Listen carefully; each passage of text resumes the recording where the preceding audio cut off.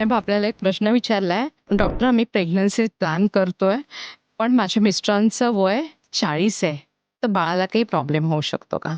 हे बघ, हेल्दी प्रेग्नन्सीसाठी जसं आईचं वय महत्वाचं असतं, तसं वडिलांचं पण असतं.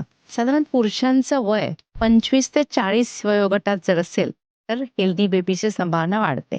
40 नंतर होतं काय, की स्पर्म डॅमेज वाढतो.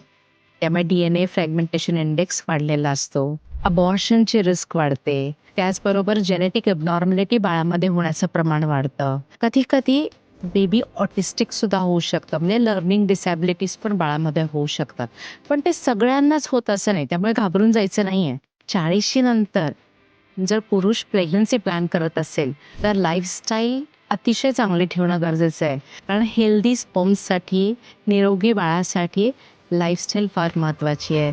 स्ट्रेस नको, regular exercises, healthy diet, cigarette smoking, alcohol हे सगळं बंद केलं पाहिजे आणि मगच 3 ते 4 महिन्यानंतर आपण प्रेग्नन्सी प्लॅन करू शकतो.